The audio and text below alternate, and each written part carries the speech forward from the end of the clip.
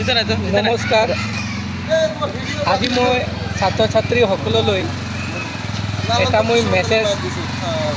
দিব খোজোঁ যে 2026 যিটো মেট্ৰিক পৰীক্ষা তাৰ কাৰণে বৰ্তমান যিটো আহি আছে ক্ৰিছমাছ 2025 ক্ৰিছমাছৰ মই সকলো ছাত্ৰ ছাত্ৰীলৈ শুভেচ্ছা অভিনন্দন যাচিছোঁ আৰু লগতে যিটো হাইস্কুল শিক্ষান্ত পৰীক্ষাৰ যিটো কোৱেশ্যন দেখা যায় বিভিন্ন ধৰণৰ মানে পেটাৰ্ণটো চেঞ্জ হৈ আছে। তো তাৰ কাৰণে এই যিয়ে ছাত্ৰ ছাত্ৰীয়ে পৰীক্ষা দিব ইহঁতে যাতে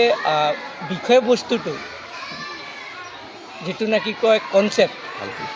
এইটো যাতে ভালকৈ ক্লিয়াৰ কৰে। কিন্তু আগৰ যিটো কোৱেশ্যনবিলাক আমি চালে 2015,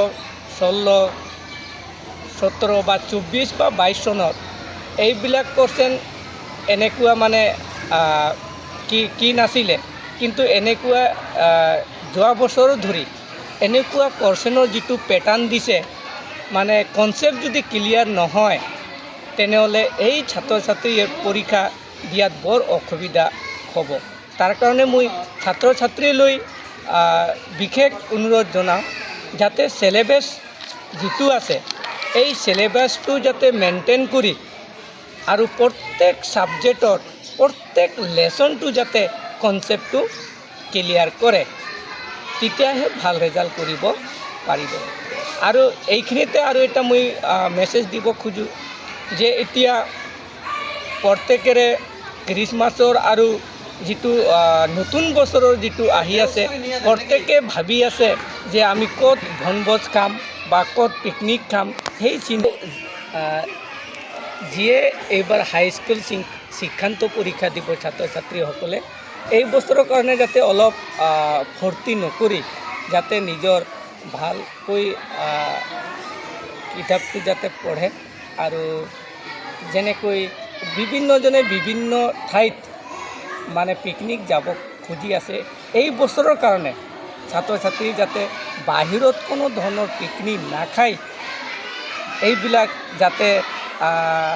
দিন তাৰিখ বা এইবিলাক যাতে সময় নষ্ট নকৰি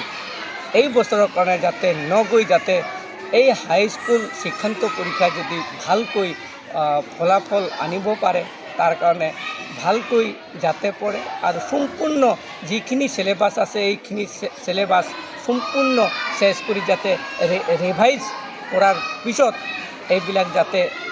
ভালকৈ সম্পূৰ্ণ কৰে আৰু ভালকৈ যাতে পৰীক্ষা দিব বুলি মই আশা ৰাখিছোঁ।